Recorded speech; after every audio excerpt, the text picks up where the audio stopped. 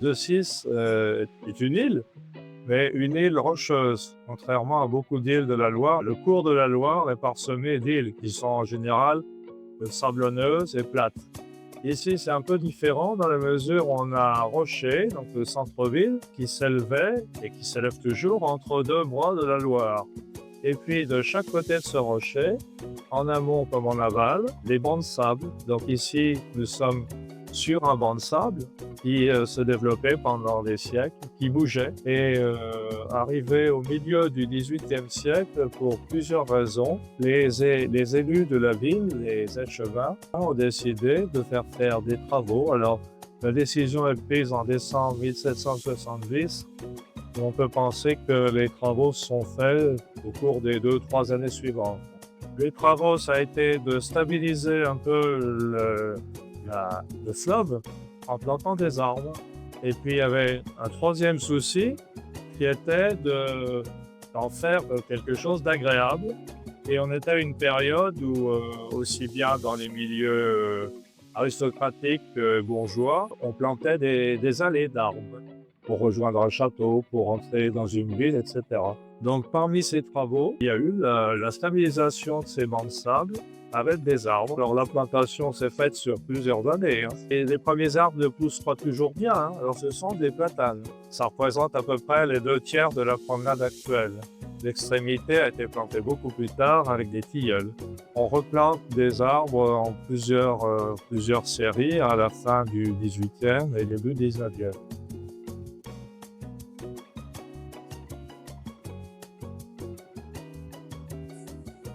Et puis, évidemment, il y a forcément des destructions. Et en 1815, il se trouve qu'après la défaite de Napoléon à Waterloo, la France est occupée en partie par des troupes prussiennes pendant les mois de août, septembre, octobre 1815. Et les soldats wurtembergeois sont d'abord hébergés de l'autre côté, c'est-à-dire à Saint-Privé. La Loire coulait de ce côté à cette époque. Et puis certains, par la suite, sont venus bivouaquer ici. Et à leur départ, évidemment, on constate que certains arbres ont été coupés pour faire du feu. Donc les arbres sont plantés à partir de 1771. Et puis 5 ans après, la ville de Decize est en conflit avec le duc de Nivernais. Le duc de Nivernais était d'abord le propriétaire du château, mais enfin le château à cette époque était à l'abandon. Le dernier duc de Nivernais résidait à Paris. Et il venait très rarement dans sa province. Mais il avait gardé un certain nombre de terrains, qui étaient des terrains, on appelait ça des chaumes, c'est-à-dire un terrain qui était inculte, hein, sur le sable, qui ne pouvait pas être cultivé, et qui était laissé un peu à l'usage des habitants. Et le duc a engagé une action judiciaire contre Decize en disant qu'on avait usurpé ses propriétés. Alors ça ne dure pas très longtemps, hein. Le mémoire qu'il envoie à la ville par son avocat de 1776, et dans l'année suivante, son avocat qui s'appelait Pierre Douet, et un notaire de Decize, a résolu le problème. Donc le duc abandonna la ville, de toute façon, c'était planté, on ne pouvait pas enlever les arbres. Au 19e siècle, on est dans la période de la première révolution industrielle, des machines à vapeur, et imaginait de raser la promenade pour en faire une zone industrielle. Alors, quelles sont ces activités? Complètement au bout, sur la place du Champ de Foire, une corderie, c'était l'entreprise Duménil qui existait depuis le XVIIe siècle. Cette corderie fabriquait des cordages pour la marine de Loire, hein. Ensuite, il y avait une tannerie qui était installée dans le long du boulevard qui s'appelait boulevard Coquille et qui est devenu le boulevard Voltaire. Il y a eu plusieurs poteries qui étaient installées près de la salle des fêtes, pas bien loin. Et il y avait aussi un moulin à grains qui était peut-être sur la place du Champ de Foire. Et puis sur la place du Champ de Foire, ça n'a pas duré très longtemps, ça a duré 30 ans, de 1833, je crois, jusqu'à 60-63. Il y avait une halle au grain. Une halle au grain, donc on peut penser que La promenade des Halles aurait pu provenir de cette halle, c'était un bâtiment de stockage. En réalité, le terme halle existait déjà depuis le XVIe, XVIIe siècle. Jean Hanoteau, qui était historien de Decize, avait interprété en disant que c'était des terres brûlées, halées, mais je pense que c'est une interprétation fausse.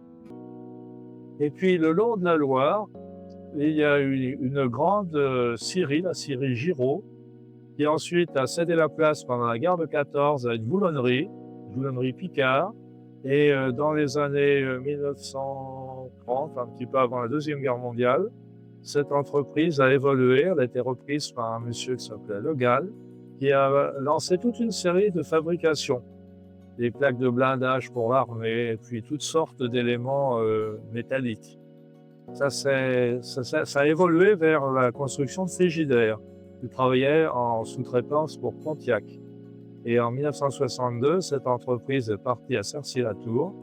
Et l'emplacement, eh bien, était vide. Il fallait faire quelque chose.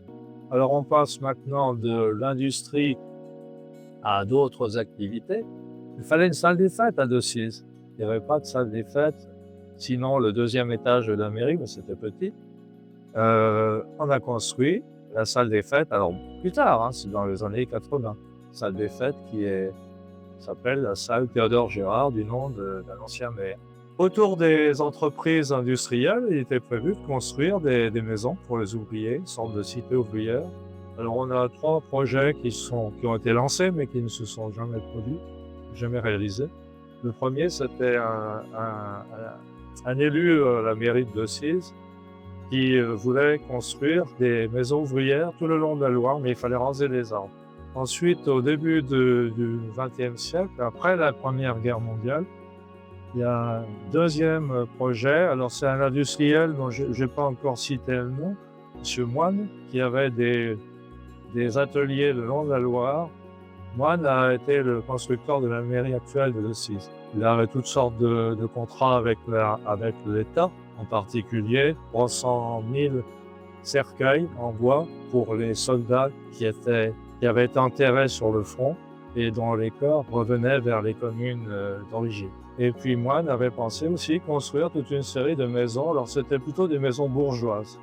Alors, pas plus que le premier projet, ça ne s'est pas réalisé pour une raison qui est très simple, c'est une zone inondable. Il était impossible de construire. Troisième projet, 2 architectes avaient pensé construire tout un complexe touristique autour de la promenade, un hôtel de 160 chambres, un casino, et puis différents équipements de baignade, etc.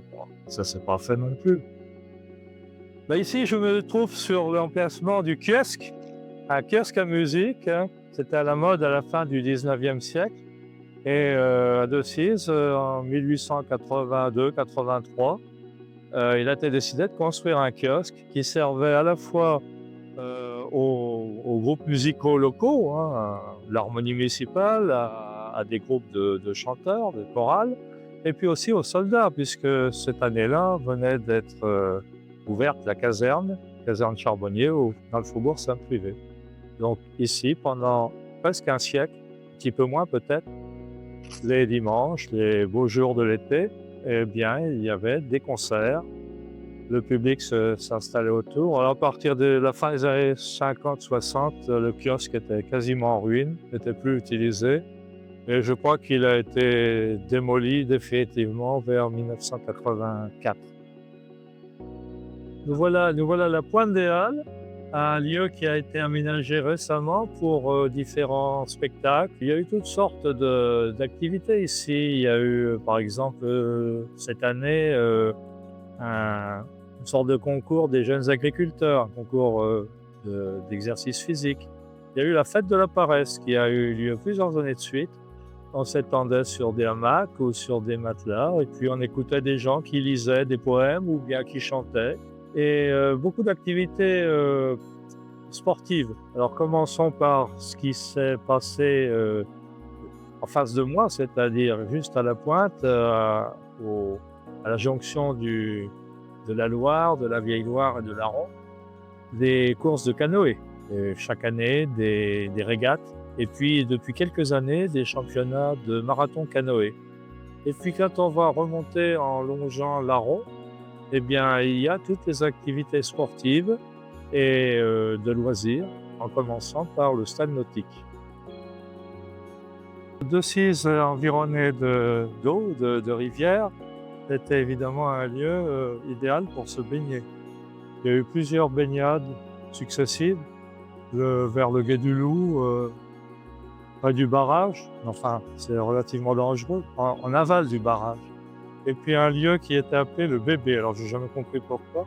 C'était sur l'Aron, complètement au début, à l'endroit où l'Aron se rejoint la Vieille Loire. Et en 1954 a été inauguré ici le stade nautique. Il y a des jeux, il y avait une salle de bal et puis un bar.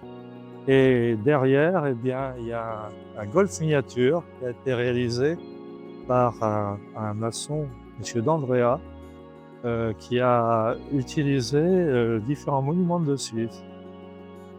Après le stade nautique, l'installation suivante, c'est le camping.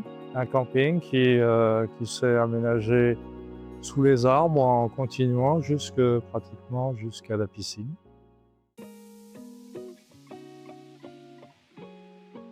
Les premiers matchs de football ne se tenaient pas ici. Dans les journaux du début du XXe siècle, on peut trouver quelques rencontres de football entre, je ne sais pas si vraiment ils étaient organisés, mais il y avait plusieurs groupes qui prétendaient à créer un club. Ils jouaient de l'autre côté de la ville, près de la porte du Marquis-d'Ancre, enfin un peu plus loin, dans des prés. Et dans les années 20, il a été décidé de créer un véritable stade qui a été construit donc en 1928 jusqu'à 1930-32 à peu près. L'association sportive de Decize, qui s'était appelée Amicale Sportive, association des dragueurs aussi, parce que le dirigeant, M. Lapère, était le patron de l'entreprise des Sables et Graviers. Donc les dragueurs, ceux qui travaillaient aux Sables et Graviers. Et puis le nom est resté comme surnom d'ailleurs des joueurs. Donc l'ASD a existé pendant à peu près 3/4 de siècle. Et au début du XXIe siècle, il a été décidé de regrouper deux clubs, celui de Decize, l'ASD, et celui d'Amphi, le SCI, sous le nom de SNID, Sud-Nivernais Amphi Decize. Le Sud-Nivernais Amphi Decize a eu des bonnes périodes où ils étaient en 4e division nationale, et puis de mauvaises périodes aussi, et puis comme certains mariages, ça s'est terminé par un divorce. Chaque club est reparti et Decize a changé de nom à nouveau avec le Football Club de Decize. Le stade sert pour évidemment le football en premier, mais il y a eu aussi un certain nombre de manifestations, comme par exemple des défilés de majorettes, des regroupements de scolaires. Et puis en 2000, pour les différentes festivités de l'année 2000, Yannick Noah est venu chanter ici sur le stade. C'était une des festivités de l'année 2000. La première et la plus grande activité qui s'est déroulée et qui continue de se dérouler ici sous les Halles, c'est la fête de la Pentecôte. Cette fête, si on cherche dans les journaux anciens, elle existait déjà à la fin du 19e siècle. Elle était liée avec les foires. Autour des foires, il y a des attractions foraines qui se sont installées.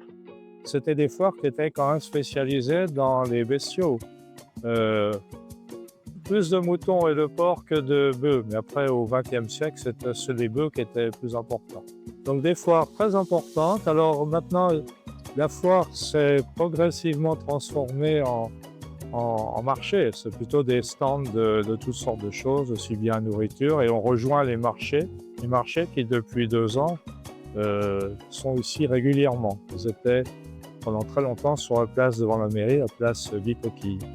Pour des raisons de circulation peut-être, ça s'est installé. Alors la grande activité, c'est la fête de la Pentecôte. Autour des foires, il y avait aussi un certain nombre de stands, d'attractions avec des jeux.